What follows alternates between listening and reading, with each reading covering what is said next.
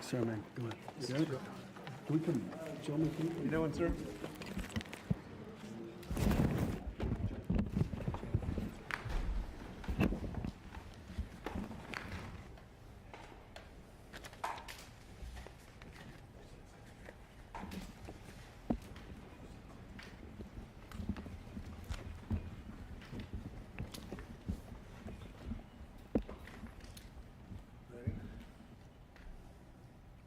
Thank you very much. As you know, we passed the continuing resolution in the Republican House today. It was an amazing vote, actually. It showed we want to keep things going and going properly. It was good for a lot of reasons. The Republicans want to keep government open. But in the Senate, we have 53 Republicans total, and we need 60 votes. That means we need Democrat votes. I want to thank Senator John Fetterman. He wants to keep the country open. We're doing so well as a country. We're doing probably better than ever before. If you look at the stock market and other indicators, we have tremendous investment coming in, record investment coming. Everything's going well, but the Democrats aren't happy about that because they don't want it to go well. I think they actually dislike our country greatly. So they want to shut down country. They want to have open borders. They want to stop the fighting of crime, where we've been very successful. The D.C., as you know, Washington, D.C. is it's a hot place right now. Everyone's having dinners. They're going out all over. There's very little crime. They haven't seen numbers like this in many, many years. And other places, as you know, we're going into Memphis. We'll soon be going into Chicago. We've already had people out there and in there, and FBI's been there, and we've brought the numbers down, but we're going to be bringing them down a whole lot. But I guess they want crime, and we fight crime, and it's a pretty big difference. They want to have men playing women's sports. They want transgender for everybody. And if they don't get everything that they want, all these things that they want that are proven so badly, they want to close our government down. We're not going to let bad things happen to our country. We're not going to approve things that we shouldn't be approving. Just today, the House Democrats voted against condemning the political assassination of Charlie Kirk. Who could vote against that? The condemning, all they're saying, please condemn the assassination of a human being. And they said, no, we're not going to do that. Remember this, we had an election a very short time ago. Republicans won presidential. We won the popular vote by a lot. We won all 7 swing states. We won the Electoral College by a lot. We won most U.S. counties in a total landslide. So we won most. It's a very big statistic. We won the counties in a number that I don't believe has been hit before. 2,600 counties versus 525 counties for the Democrats. So the Democrats really should start respecting what takes place at the voter booth. In many cases, it's not a voter booth because they have mail-in voting, which is a very corrupt situation. But despite that, we won in a landslide. And we have to remember, when you win the election, elections have consequences. So we'll continue to talk to the Democrats, but I think you could very well end up with a closed country for a period of time. And we'll take care of the military, we'll take care of Social Security, we'll take care of the things that we have to take care of. A lot of the things that Democrats fight for, which in many cases aren't very good things, will not be able to be paid. So we'll watch and see how they do with that. They'll have to handle their constituents pretty carefully. So we're proud to announce that we won the House. We did fine in the Senate, but we need 60 votes. So we have 53 senators, and we need 60 votes. That means the Democrats have to vote in the Senate. And I don't think they will be voting. Now, what we are doing, we're really here today to talk about something else, which is the gold card, which is going to bring a lot of money into our country, which is going to reduce taxes and lots of other good things. But we'll save that for a little bit later. Why don't we do this first, and then we'll talk about the gold card, okay? Any questions, So, Jeff? your call with President were Xi, just- sir, you were just- Mr. President, your call this morning with It was President Xi. great. I had a great call with President Xi, and as you know, he approved the TikTok deal, and we're in the process. We have some great investors, some of the biggest in the world, American investors, great people, and we look forward to getting that deal closed. Is it fully approved? The Chinese statements didn't necessarily Well, I think indicate that. I think so. I mean, when you say fully approved, I don't know what that means. We have to get it signed. I guess there could be a formality. I found his word to be very good. President Xi and I had a long talk. We talked for almost 2 hours, and it started at 8 o'clock in the morning. And I think it was a very good talk. We talked about trade. We talked about war. We talked about a lot of things. We talked about Russia, Ukraine, obviously, and Gaza. Talked about a lot of subjects. It was a long call. It was a good call. We have a very good relationship. But the TikTok deal is well on its way, as you know, and the investors are getting ready. And I think China wanted to see it stay open, too. They wanted to see it. And I can tell you the young people in our country wanted to see it stay open very badly because, and if you take a look at my numbers, no Republican has ever done anything like we did. We got massive numbers of youth vote. And by the way, helped very much by Charlie Kirk. So Charlie was very much in favor of TikTok. He liked TikTok. And he said, you should use it. And other people said that too, and I used it, and I don't know if I have I think I set records. I looked at numbers that are phenomenal. We'll pass them out to you. And it had probably a pretty big effect on the election because we won the election by a lot. So we are at a situation where in a little while, meaning a number of days, we'll probably, I don't know if you can make a deal with these people. I think these people are crazy. Again, anybody wants open borders and don't want to fight. They don't want to fight crime. They hate to fight crime. And in Chicago, last weekend, you had 11 people killed, murdered, and you had 28 shot. And those numbers have been pretty consistent all throughout a period of time, whether it was 4 people, 5 people, 6 people, 11 people, 12 people killed, murdered. And they don't want to spend money to fight crime. And it's not even much money, relatively speaking. It's very little. But we're going there anyway. It doesn't make any difference. We're going to Chicago. We're going to Memphis next. And we're going to clean up the crime in the cities because we have to do that, okay? Mr. President, with this deal today, are you confident that the CCP won't be exerting control over TikTok? We're gonna have a very tight control. And it's an amazing thing that's been created. There's tremendous value with TikTok. And I'm a little prejudiced because I frankly did so well on it.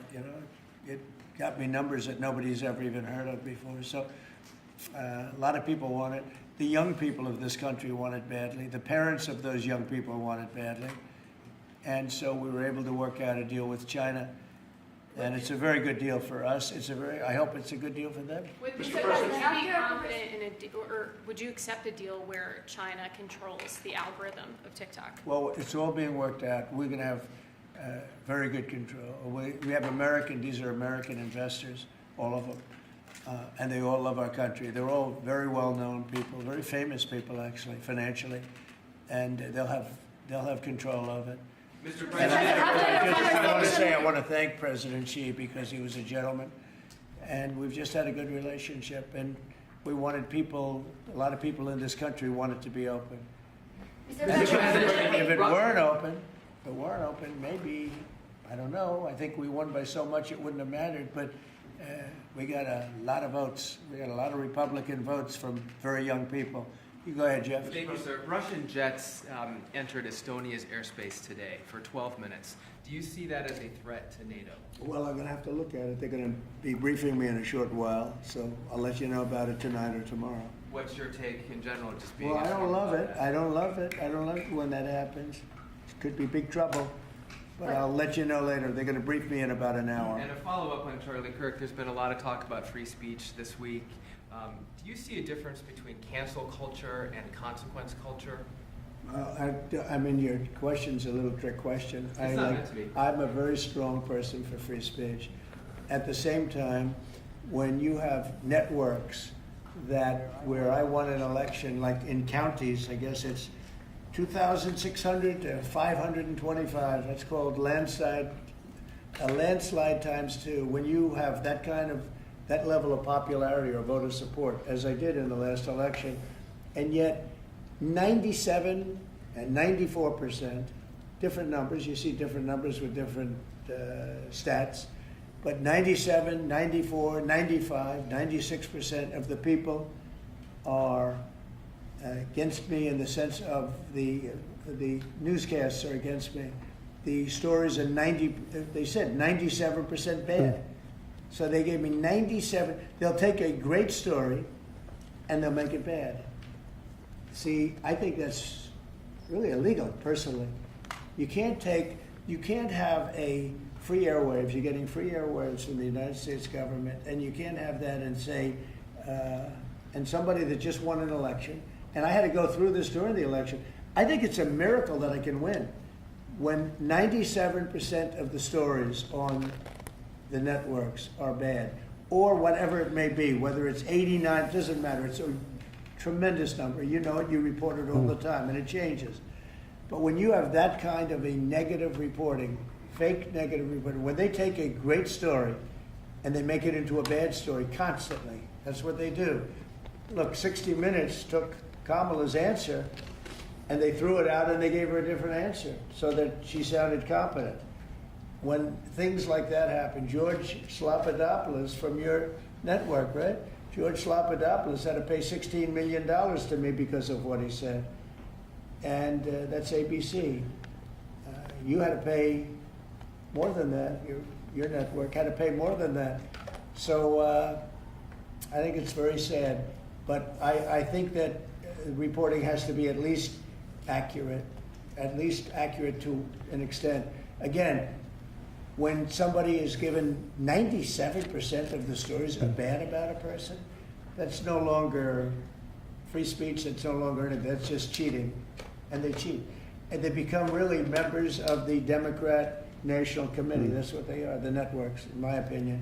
They're just offshoots of the Democrat National Committee. Mr. President, if I can follow up on... Mr. President, thank you. Liam Cosgrove with Zero Hedge. People are still anticipating who your pick for National Security Advisor will be. They're worried Marco Rubio is a little overworked, and one of the reported frontrunners is Michael Anton from the State Department. He's just authored the National Security Strategy. Also in the mix is Mike Flynn and Steve Witkoff. Can you give us an indication of who Well, you're... we're all good. No, we'll make a decision soon. Okay. But we're doing very well. You know, I settled 7 wars, more than that, I think. But actually, we settled 7 wars. I have, we're working on Gaza, it's a tough one, but we'll get it done somehow. And we're also working with Russia and Ukraine. They hate each other so much, you wouldn't believe it. And are you President considering- Putin and President Zelensky, they hate each other to a level that you wouldn't believe. So they're having a little bit of a problem with that. And are you considering Stephen Moran for Fed Chair? I hadn't thought of it too much. He's doing a great job, just got approved. His vote was a very good one. The Fed should have done more. You know, too late.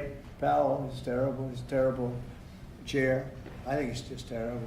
But despite that, we're powering through it. We have another record stock market today. We're very, very high levels, and we're at the highest levels. So we're setting records many, many days during my administration. We set records, and we'll see what happens with 50,000. 50,000 is a pretty big number. Never come close. We're not so far away from it. So that's because they see what's happening. Not so much what's happening exactly right now, but they see all the plants that are being built. They see the kind of investment that's going to be made. When you take $17 trillion, so Biden had $250 billion, okay? We're putting a simpler way, they had much less than $1 trillion, but they had less than $1 trillion for 4 years. I have $17 trillion for 8 months. Nobody's ever seen anything like it. And I think they're looking at that and they're saying when those plants open, right now they're being built, a lot of them, and some are starting over the next year. It takes a while, but we're getting fast permits. And when those plants get built, I don't think there'll be anything like what we're going to experience. Yeah, Mr. President, if I can, on the subject of free speech, Ted Cruz compared Brendan Carr to a mob boss, the way he's threatening television stations and saying it's absolutely dangerous for the government to determine which speech is okay and which is not. What's your reaction to Ted Cruz? I think Brendan Carr is an incredible American patriot with courage. You know, it used to be, I remember in the old days that networks would have to get licensed, relicensed, and it was always a big deal. You know, they had to show honesty and integrity. When you have a network, again, I'll use the same numbers, whether it's 90 or 94 and 97, all different numbers, but when you have networks that give somebody 97% bad publicity or 94% bad publicity, I think that's dishonesty. And you know, they're getting free airwaves, right? You know that, right? You get them for nothing. These airwaves, they make millions and millions of dollars. The news makes millions of dollars. ABC, your network. I mean, your network wrote very badly about me, and they had to pay me $16 million. So do you think you have a right, or that Brendan Carr has a right to take away the licenses? I think Brendan Carr is a patriot. I think Brendan Carr is a courageous person. I think Brendan Carr doesn't like to see the airwaves be used illegally and incorrectly and purposely horribly. Doesn't like to see a person that won the election in a landslide get 97% bad publicity before the election. I mean, it's amazing that I won the election with that, but here's what happened. The people have given your networks no credibility. They don't give them any credibility, John. If they did, they wouldn't vote for me. They wouldn't have voted for me. When you look at, I mean, you could also say the liberal media, the liberal left, when you look at these stories and papers, but we're not talking about that. We're talking about, I assume you're talking mostly about the networks. Yeah. But they have a licensing procedure, and you can read it as well. They have to show honesty and integrity.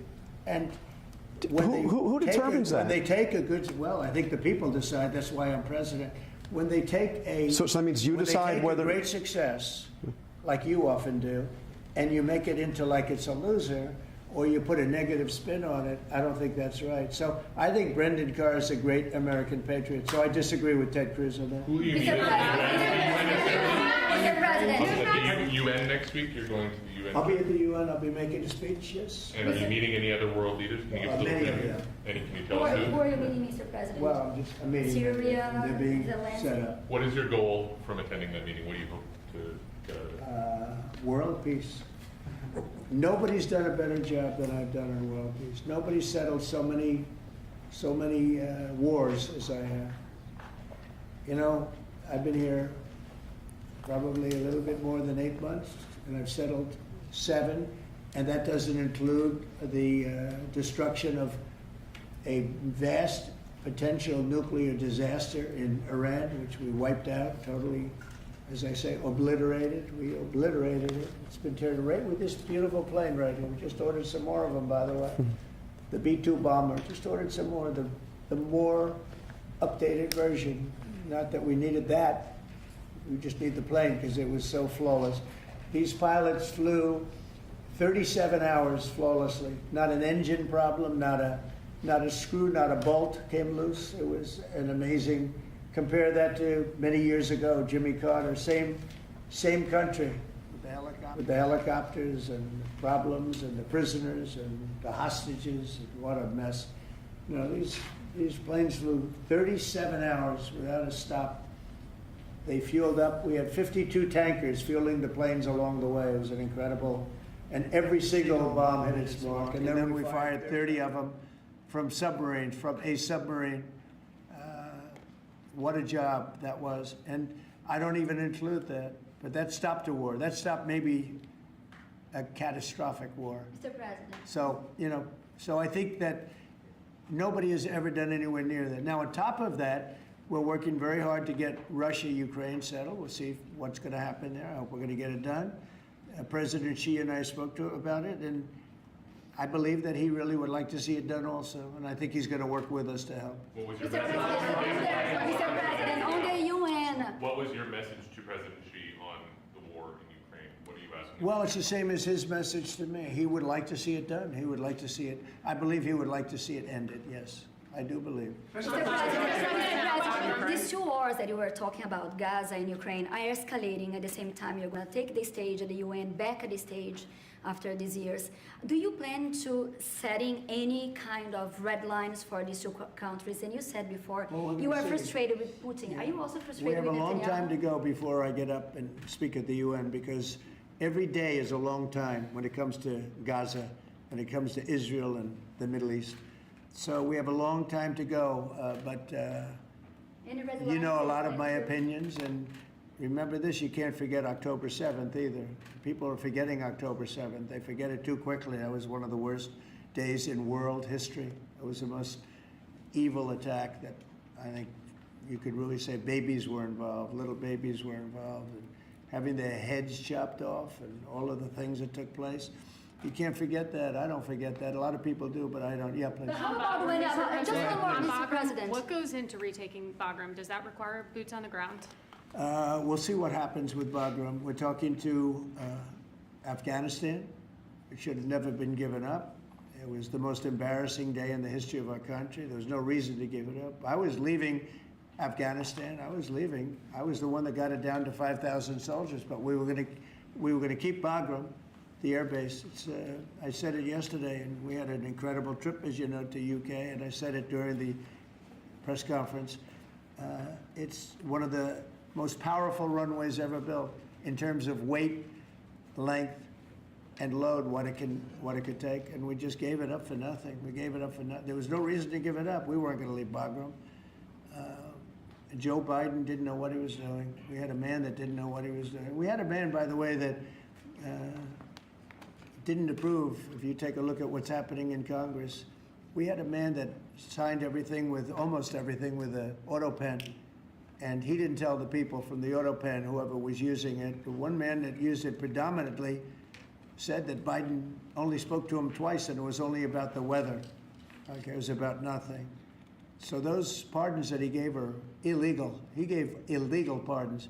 And that includes the congressman that destroyed and deleted all the information from J6. They deleted everything because it turned out that they were wrong. It turned out that I offered 10,000 National Guard or soldiers, whatever they wanted, and you wouldn't have had a problem. And they turned it down. Nancy Pelosi turned it down, and the mayor of Washington, D.C. turned it down. They deleted everything, and they destroyed it, illegally destroyed it. And Biden gave them a pardon. And Biden gave a lot of other people pardons that, frankly, would be in jail if it wasn't for those pardons. But those pardons now are illegal, according to just about everybody. What would you have to give On Letitia James, are you disappointed that the U.S. Attorney for the Eastern District of Virginia has not prosecuted Letitia James? Do you intend to fire him? Well, we're going to see what happens. I am not following it very closely. It looks to me like she's very guilty of something, but I really don't know. I know that the U.S. Attorney from the Eastern District, or from that district in Virginia, that he was approved by two Democrat senators who, in my opinion, are among the worst. And when I learned that two senators, Democrats, because as you know, it's very hard with the blue slip, it's very hard for a Republican to get somebody approved if you have one senator that's a Democrat because of an old custom. It's not a law, it's a custom. It's a ridiculous custom. But if you have a Democrat senator, you have to get that senator to approve. Well, in this case, we had two. When I saw that he got two senators, two gentlemen that are bad news as far as I'm concerned, when I saw that he got approved by those two men, I said, pull it, because he can't be any good. So you want him fired? You want him out? Yeah, I want him out, yeah. When I learned that he was blue-slipped through by two Democrat senators in Virginia, people that would never vote for it, the people that haven't voted for us for probably years, okay, probably years. In my opinion, two bad guys. You know, they are, Warner and Kane. Two bad guys, bad senators too. They do a terrible job for the people of Virginia. But when I saw that he got approved by these two terrible people that haven't voted, they just don't vote, no matter what it is, we could give them the greatest deal ever, and they still wouldn't vote. And they voted for this guy. And I have other people, judges, and I have U.S. attorneys from other states where I have the same situation, and they can't get approved. So when I learned that they voted for him, I said, I don't really want him. Okay. Mr. President, have you seen the polling, the Gallup poll, out of Ukraine that shows 23%, less than a quarter, of Ukrainians actually support continuing the war against Putin. We saw the European leaders come here and try to say the world is united for the war effort, but Ukrainians have war fatigue themselves. Well, Have you seen the bulletin and your thoughts on it? I don't blame them. It's a war that never should have started. It's a war that never would have happened. If I were president, that war never would have happened, ever. That's a disgrace that that war happened. And they're losing anywhere from 5,000 to 8,000 people a week on that war, which is the worst since the Second World War.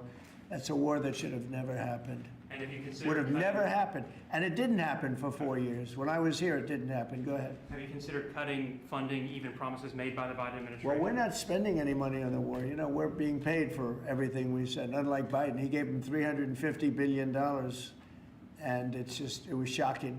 We're not spending any money on the war. The war is being funded by NATO. NATO is buying our equipment. In fact, I don't want to make money on that war. I don't want to, but we are actually making money on that war because they're buying our equipment, as you know. But NATO, as you know, it's very important, is funding the entire thing. They're paying for the missiles, for the tanks. They're paying for anything that's sent over there. It goes to NATO, and then NATO does what they want with it. In this case, I guess they give it to Ukraine. It's a very sad war. It's a war that never should have happened. Mr. President, Going back to TikTok, could you tell me, is the U.S. government going to take a board seat in the company, and will the U.S. government what? get a board seat within the company? Well, we're going to announce that. Are you talking about TikTok? Yes, Yeah, TikTok. we're going to announce it. But it's a great deal for our country. It's a great deal for all of the young people in the country that wanted it, and people generally. I was happy with it. Look, I wasn't a fan of TikTok, and then I got to use it, and I became a fan, and it helped me win the election in a landslide. So I think that it's a deal that's going to be great. And it's also controlled by very powerful and very substantial American people. By the way, all American people. Mr. President, Yeah, please. Go ahead, Mr. please. President, a question from Newsmax. Last year, before you took office, there was an estimated 6.8 million men not actively seeking work of prime working age. So if you and Secretary Lutnick could talk about the efforts your administration is taking to help our American gentlemen get back to work. Yeah, well, what we're doing is they're building plants all over the United States, and frankly, because of tariffs, we're taking in trillions of dollars, and countries that have ripped us off for years, and everyone knows this, countries that have ripped us off for years, like nobody's ever been ripped off before, they're now having to pay up. They're paying a lot of money to America, and we're reducing taxes with that money, and we're doing things that we were never able to do before. So it's you're going to have a lot of jobs. The jobs are being created right now, and the tariffs are protecting our country. And we didn't use, tariffs were used against us, but we didn't use them against others. But we're really better at it than anybody else, and we will have taken in trillions of dollars. Nobody has ever seen anything. Even people that were against the tariffs, now they see the way they're working. And by the way, with no inflation, with no problem, we're just building up cash, and we're using that cash to reduce taxes, reduce debt, and other things. It's a great thing to watch. And your honest reporters are saying they've never seen anything like what's happening. Our country is becoming very rich again only because of tariffs. If we didn't have it, if I didn't get elected, this country it was a dead country. Look, we were a dead country a year ago, and now we're the most successful, most vibrant country anywhere in the world. Mr. President. Healthcare. Good to see you. You were good on television. Thank you, sir. I tried. Tonight, in a few minutes, Steve Bannon will appear on my show. Good. He floats the idea that you should dual hat Secretary of Treasury Scott Bessent, not only as Treasury Secretary, but as interim Fed chair. Would you be willing to entertain that? In other words, you like Scott. Yes, sir, very much. So do I. And I like Steve, too. Would you like to see that, him dual Well, hatted it's as certainly Fed an chair? interest. We could save a little bit of salary. I think I could maybe make a deal where we just give him one salary. I have a couple of them. I don't think you need. I have Marco. No, I don't think so. And we have Marco's got about 3 positions, right? He's doing great also. No, I don't think that's going to be necessary. Actually, I went to Scott and I talked to him about that position, and he loves what he's doing right now. So, you know, he's not in the mix because he loves being Secretary of the Treasury. Quick follow-up. Today is the first day of early voting in the Commonwealth of Virginia. Are you planning on campaigning for Winsome Sears, John Reed, or Jason Mayaris? Well, I'm going to have to look at some of them. As you know, it's sort of a semi-local election. I've been watching it. I've been seeing the ads. I would appreciate it as a Virginia voter. Just Who do you like of the group? Who do you the like? whole ticket, sir. All of them? You like them? All right. Yes, sir. Well, I'll take a very strong look. Appreciate Okay. that. For you, I'm going to look. Mr. President, one more question about Secretary supervision. Kennedy's panel on vaccine changed its broad recommendations on COVID-19 vaccines today. Are you comfortable with that change, or would you like to see Americans take the vaccines that were developed under your tenure? Yeah. Well, the vaccines, according to a lot of people, and if you look at charts, have had a tremendous, Operation Warp Speed. It was, just according to just about everybody, was one of the greatest things that any president has ever done in this country. So we're very proud of it. I'm very proud of it. I'm also very proud of Regeneron and some of the things that came out of, all of the labs and all of the research that we've done. So I don't know exactly what the final determination is, but I had the vaccine. I was very happy with it. Here I am, right? Here I am. Have you had it again? Have you had it again recently? Bobby Kennedy seems to be undoing what you did with Operation Warp I put him Speed. in there because I want to have opposite views. That's okay. I think we're going to have something very, very big coming up soon on autism. Autism is totally out of control. And one of the most important things that, in my opinion, I had to do is to see what's going on with autism. And we're going to have a news conference early next week on autism. And I think you're going to see some things that are amazing that we've learned that somebody else wouldn't have learned.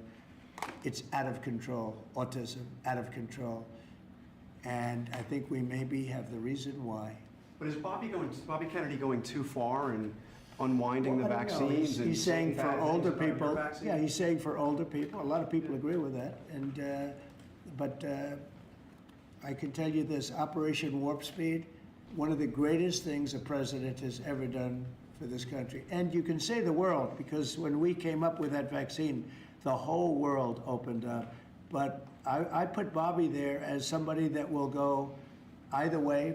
And I want the facts, but I also look at facts from Pfizer, where they spent a lot of money, and the other drug companies, they spent a lot of money on finding out the results after the fact, and the results were amazingly good. Mr. President, after your conversation, I'm wondering if you've seen the video put out by former Israeli hostages. It's addressed to you. One is a widow of one that died, and these are people who were freed thanks to you.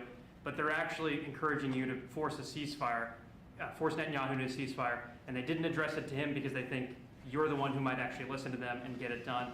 They're worried that the hostages who are still there are more at risk if the war continues. Your thoughts on it? They might be. They also, maybe they'll be freed because of that. You never know how it's going. Look, war, I was saying, yes, war, a lot of strange things happen. A lot of results take place that you would never think were going to happen.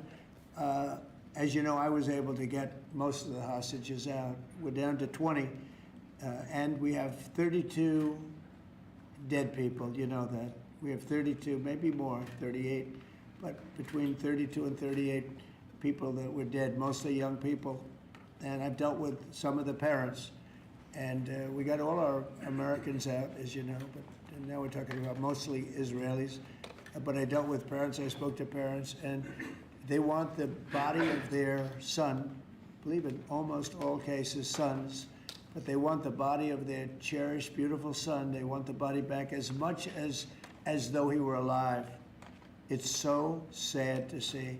But I've dealt with the mothers and fathers. Please, sir, please, the body of my son, they know he's dead. And they just want him back. They want him back as much as though he's alive. I mean, it's very terrible. And, we have very close to 40 bodies that are included in the whole thing. But we have 20, probably 20 that are living. It might be a little bit less because a couple of things. Look, young people don't die, okay? They just don't die. And they can take a lot, but a lot of people died in these horrible tunnels. They're mostly in the tunnels. I know a lot about it. I got them out. But I always said the last 20, when you get down to the last 10 or 20, it's going to be very tough.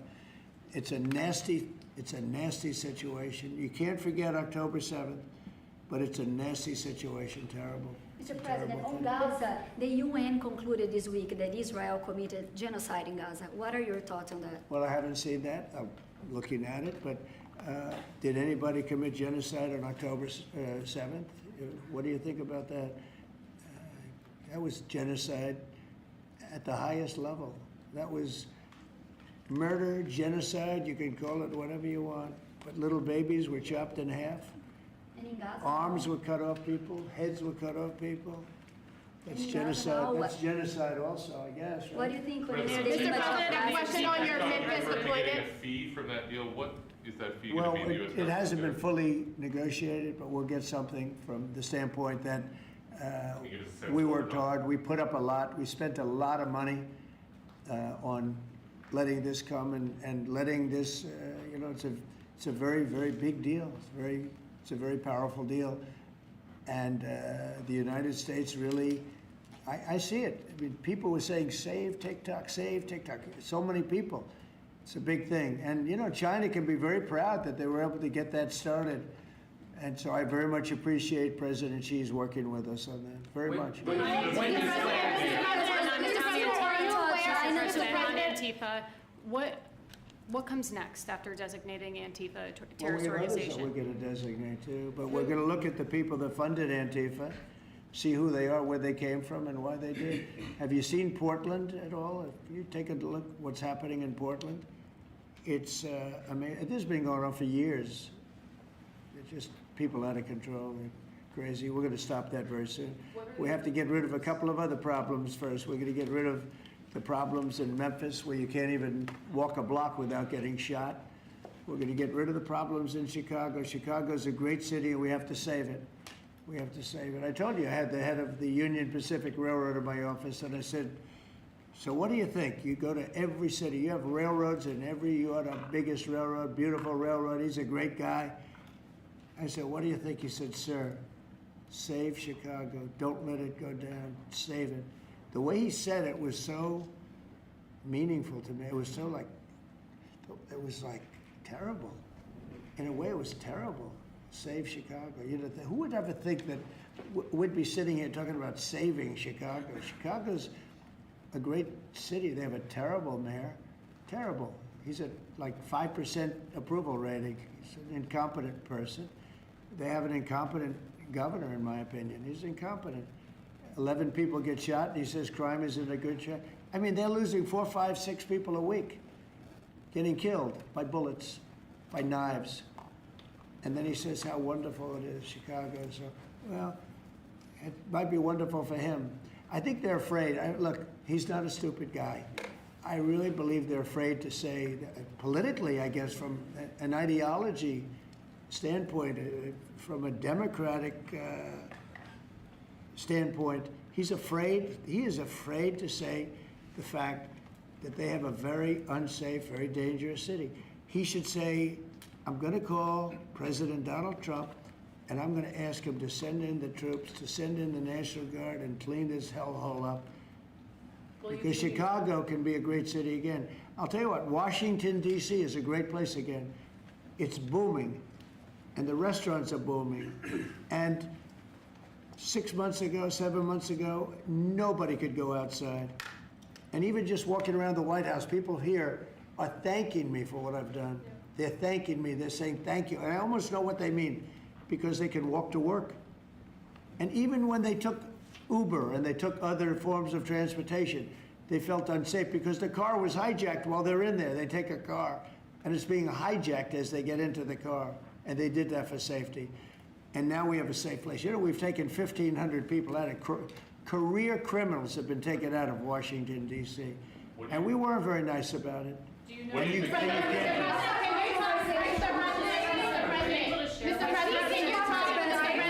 That rail merger, did you discuss it with the Union Pacific? I did discuss it, and I don't want to make a comment on it, but Union Pacific is a great railroad, and they want to add a railroad that had a mistake at a place very close to my heart. You know, a lot of people say that that was a place where I got off to a very good start. It was a rough thing that happened. Well, they're trying to buy that railroad that had the problem. And it sounds good to me, to be honest with you. Sounds good to me. I'm a very big fan of the head of the railroad, the head of the Union Pacific. He started as a very low on the totem pole, started his job very low and became the chairman of the company over a 45-year period. But I asked him about different cities. He said, St. Louis is tough. He sort of stops at many of them. Mr. President, New Orleans. We have to save New Orleans. New York. Mr. President, when are you going to get details We're going to be on going Memphis? into New York too. Yeah. Mr. President, And when we're are you going to be gonna- going in quiet. You're really obnoxious. I'm not obnoxious, but I'm trying to ask you, what about your plans You are for really Memphis? obnoxious. I'm not obnoxious, but I Okay. am asking, what are your Okay. plans for Memphis? Many people want to I'm know not going what to the talk to you numbers are until gonna I be like. call on you. What are your plans for So, Memphis, who Mr. else? Yeah, go President? ahead. Yeah, I just want to settle this free speech question, because you've said that you restored free speech in America. Yeah. Is that free speech including for people who are harshly critical of you, for your political opponents, for people who say things you don't like? I've become immune to treat you it. unfairly? I've become immune to it. There's never been a person that's had more unfair publicity than me, and that's why your network paid me $15 million, or $16 million, I believe, to be exact, George Slopadopoulos. And that's why CBS paid me a lot of money, too. And that's why I sued the New York Times 2 days ago for a lot of money. Judge, Because I'm winning. I mean, I'm winning the cases. And the reason I'm winning is because you're guilty, John. You're guilty. ABC is a terrible network, a very unfair network, and you should be ashamed of yourself. NBC is equally bad. I don't know who's worse. I think they're equally bad. And, for you to stand there and act so innocent and ask me a question like that. But look, you paid a big price because you were dishonest, John. The reason I won that lawsuit was because you were dishonest. You were proven to be dishonest. And so you can't sit back and just say, oh, well, what do you think? Like you're some wonderful person. You're not a wonderful person. Frankly, you're a terrible reporter. You know it, and so do I. Okay. Mr. President, can you talk about why the Justice Department decided? Here's what we're going to do. We're going to talk about something that's going to reduce our taxes greatly, that's going to hopefully bring some great people into our country. As you know, right now nobody's coming in because we've succeeded in closing. We've closed the border very successfully. I think you will agree. We had nobody come in for the last few months. I mean, it was actually said zero. Even I can't believe zero, but the numbers are put out by very impartial people or people that have a tendency to be on the left. And they actually said for the last 3 months, nobody came in. We have a very strong border. It's a closed border. People are coming into our country, but they're coming in legally. It's a beautiful thing to watch. But we are doing something where rather than coming into the border, 25 million people came into our country during Biden.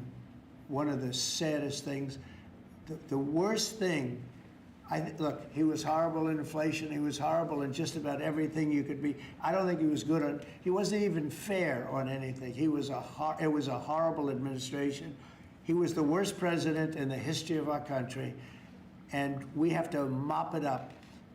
The hardest thing that we have to do is to get rid of the criminals that he allowed into our country from prisons, from mental institutions, gang members, drug dealers, and we're getting them out, and we're getting them out fast, and we're making America safe again. Great again, but we're making America safe again, and it's an honor to do it.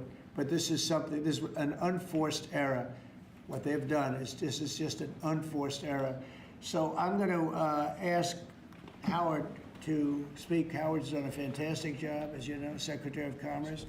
And I'm going to ask Howard and Will. Will, could you just give a quick description of what we're doing and what we're signing, et cetera? And yes, sir. I will do that. Go ahead. We have 2 items for your attention today, sir.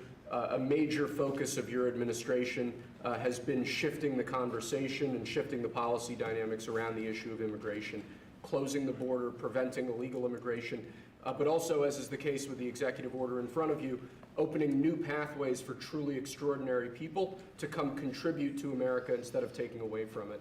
So this executive order is entitled the Gold Card. It will set up a new pathway, a new visa pathway for foreigners of extraordinary ability who are committed to supporting the United States, for a payment of $1 million to the U.S. Treasury, or if a corporation is sponsoring them, $2 million by that corporation, and that will give them access to expedited visa treatment as part of this new Gold Card program. And one of the biggest problems we have is that people, they go to the best schools and they do great and they get great marks, and then they're thrown out of the country. You're not allowed to stay. This way, a corporation will be able, sort of like a signing bonus in baseball or football, a corporation will be able to get them to stay in the country. And I think it's going to be tremendously successful. Howard, would you say a few words about it, please? Sure. So historically, the employment-based Green Card program let in 281,000 people a year. And those people, on average, earned $66,000 a year on average, and they were 5 times more likely to go on assistance programs of the government. So we were taking in the bottom quartile, below the average American. It was illogical. The only country in the world that was taking in the bottom quartile. So what we are doing now is we are going to stop doing that. We're going to only take extraordinary people at the very top. Instead of people trying to take the jobs from Americans, they're going to create businesses and create jobs for Americans. And this program will raise more than $100 billion for the Treasury of the United States of America. Which we'll use for cutting taxes and paying down debt. We think it's going to be very successful. Essentially, we're having people come in, people that in many cases, I guess, are very successful or whatever, and they're coming in, they're going to spend a lot of money to come in, they're going to pay as opposed to walking over the borders, and they may come from jails, prisons, and everything else. These people don't. They're very productive people. And they're going to pay $1 million. The corporation is going to pay $2 million. And it's going to raise billions of dollars, billions and billions of dollars, which is going to go to reduce taxes, pay off debt, and other good things. So I think it's going to be very successful. Are the big techs on board with this, Mr. President? What? The big techs, are the big techs on board with this decision? You just What's brought them going here to, for well, dinner? I wish you'd speak more clearly. I really do. Give it to me again. Are the big techs, the CEOs, on board with this decision? Big Did you techs? talk- Big Big techs. techs. Technology. Did you talk to them about this? Yeah, big tech. Yeah, it's big tech. It's every company. It's Yeah. big tech. It's big tech. It's big everything. You're- Okay. the CEOs It's a will be here company. to I have said it's dinner not a with tech you. company. It's tech companies and everything else. It's companies having a hard time getting people to be able to stay in the country. It's very difficult. Now, if you want to walk through the border, you can have no problem. People say, well, the best way to come in is walk right through the border, but they can't do that anymore because under our administration, the border is totally closed. You can only come in if you come in legally, and that's the way it's been, and that's the way it should be. And we're taking a lot of people out of the country that are here from prisons, from jails, from mental institutions, and even insane asylums, people that are crazy. We're taking them out of the country. We're getting them out of the country because you can't have a country like that. And I tell you, Christie and Tom Holman and all of the people that have worked so hard on this, they've done an unbelievable job. And I think we're getting great marks for it. People feel safe. Washington, D.C. is just the beginning. We brought the numbers down in Chicago a little bit by having the FBI in there for the last 5 months. We brought the numbers down in Memphis a little bit, but now we're going for the big one. Now we're going to go for the big one. But we set ourselves up very well in Chicago, Memphis, New Orleans a little bit, going in early just to see what was happening. We study it. We're studying the site. It's sort of like war. I mean, I hate to tell you, it's like war. Some of these people are really bad. They're really, really sick people. They're dangerous people. They're killers. They're murderers, drug dealers, and you can't have it. You can't have a country like that.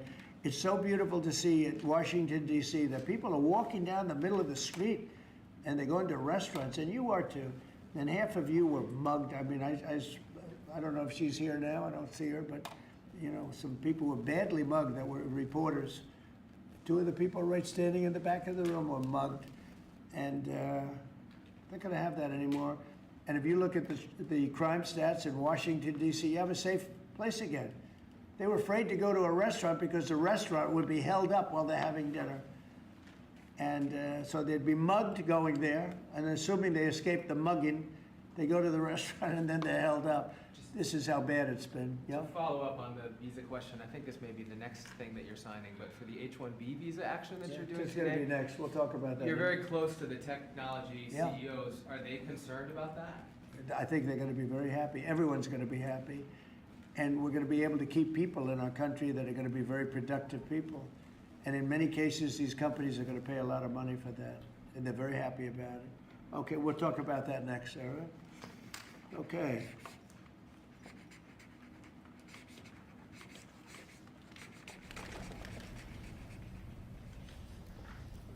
Why don't you keep that, okay? Thank you. Done such a good job. Okay. It's phase one. John, are you happy? Good.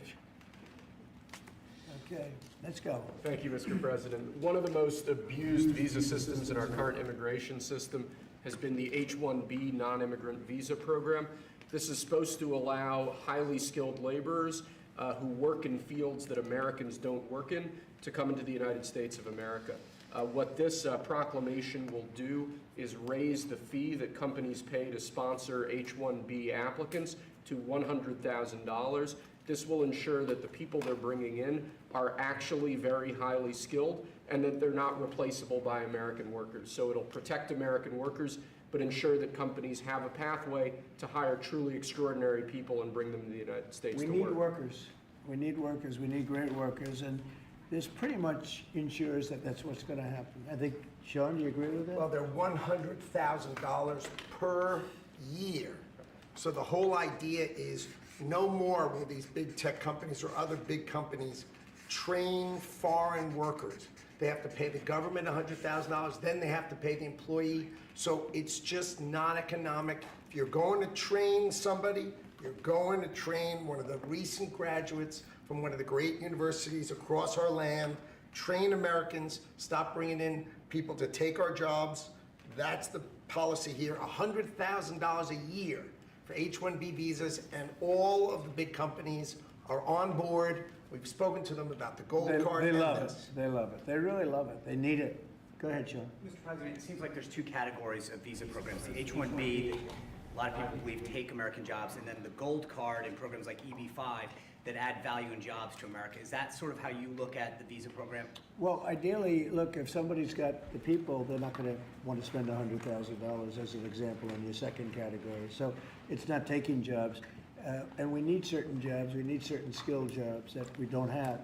But they won't be taking jobs because, you know, ideally the people aren't going to want to, they're not going to investing in America and creating Right, that's jobs. right. So that's why I'm asking. They're is really it investing seems like in you America. have two categories. One, Secretary Lutnick's, the gold card and EB-5 that create jobs, add investment, and then there's other ones that seem to take, you know, whether it's a J1 and O or an H-1B that take U.S. jobs. Yeah, it's pretty correct. I mean, I would say that's a correct assessment. But the main thing is we're going to have great people coming in, and they're going to be paying. I mean, it's wonderful to say, oh, gee, we took in 25 million people that, look, many criminals, jails were opened from Venezuela, from many other countries, and they were let out of jail and poured into our country, our poor country, how it suffered with this stupid president that we had and the stupid people that surrounded him right around this desk, these liberal, crazy people that have destroyed, they could have destroyed. If we didn't win this election, our country would have been dead. Our country was dead. Think of it. And I've said this, man. The king of Saudi Arabia said, your country was dead 1 year. They thought it was dead. This country couldn't have survived another year of those people running it. And now we have the hottest country anywhere in the world. Think of that. And this is going to help. And we're taking in hundreds of billions of dollars. This will be taken in, the gold card will be taken in hundreds of billions of dollars. And companies will be able to keep some people that they need. You know, they need people of expertise, great expertise. And I think it's going to be a fantastic thing. And we're going to take that money and we're going to reduce taxes. We're going to reduce debt. We have a very, very strong country. We assuming everything works out great with the lawsuit that we have a lawsuit that's inspired by foreign countries that ripped us off for 25 years. But assuming we win that, we hopefully win it in the Supreme Court of the United States. We have a country that no stopping us. We're rich, we'll be rich, we can take care of poor people, we can take care of our military, we can take care of everything. We can take care of beyond the country, we can help take care of the world. That we don't, it'll just be the same struggle that we've had for years where other countries charged us tariffs and they ripped us off. Our country has been ripped off more than any country in the history of the world. And now we're doing what we have to do. We're taking in billions and billions of dollars at levels that nobody has ever seen, trillions of dollars. And we're using it to reduce debt, we're using it to reduce taxes. The great big beautiful bill is a big tax reduction. It's being paid for by the tariffs, and people are paying a lot less money in taxes. They're being, think of it, no tax on tips, no tax on Social Security, no tax on overtime. It's an unbelievable phenomenon. It really is. It's the golden age. We're making it the golden age. Without the tariffs, it would be impossible. And China, for years, charged us tariffs, and they continue to do it, and so do other countries. Most countries, they charge us. They were ripping. Look, the European Union, as you know, I get along very well with them, but they ripped us off so badly. Nobody's ever seen anything. Now, the European Union is paying us $950 billion, and they're paying us $750 billion to buy our energy, and they're okay with it. They signed the agreement. You know, it's not like anybody forced them to do it. They're okay with us. Tariffs are making our country very rich again, and we'll be able to take care of our debt. We'll be able to take care of our taxes, lower taxes. We'll be able to take care of Medicare, Medicaid, Social Security. We're going to be a rich country again. Without tariffs, we'd be in very big trouble. Do you still want Europe to pay 100% tariffs to China? Excuse me. H-1Bs are sometimes used by people already in the country legally on other visas or student visas. Does this apply to them or to renewals, or does it only apply to people applying for the first time from abroad? Renewals, first times, the company needs to decide, do they want, is that person valuable enough to have $100,000 a year payment to the government, or they should head home and they should go hire an American. The whole idea, it's annual, and it's for total, it can be a total of 6 years. So $100,000 a year, so either the person is very valuable to the company and America, or they're going to depart and the company's going to hire an American, and that's the point of immigration. Hire Americans and make sure the people coming in are the top people. Stop the nonsense of letting people just come into this country on these visas that were given away for free. President is crystal clear, valuable people only for America. Stop the nonsense. And remember, the country, It's just a fee, right? yeah, Fee to America. the country would rather not have to pay $100,000, but and they'd rather, how do you do that? You hire Americans. So there's an incentive to hire American. But there may be instances where it's better off doing it through expertise or whatever it may be. But they're both unbelievable, whether it's a gold card or anything else that we talked about today. And that includes talking about freedom of speech, because our country has been decimated by bad people, very bad people, people that love crime. They love crime. Explain it to me. They don't want to have our military go in and save lives. But when you go and ask the people, do you mind having the National Guard come in if it meant safety? They look at the question like, what's wrong? What kind of a stupid question is that? Of course they do. We're going to have a safe country again. We're not going to have people shot, 11 people shot. Think of it. In Chicago, over a period of 6 or 7 weeks, 55 people were murdered. And then you have a governor saying how wonderful it is. It's not wonderful. It's very unsafe. There's not a place in the world. You go outside, you go to Afghanistan, you go to different places all over the world that you hear about. It's 20% of what's happening in places like Chicago. And you think of them as unsafe. Mexico City, it's a tough place, dangerous place. The crime rate is lower.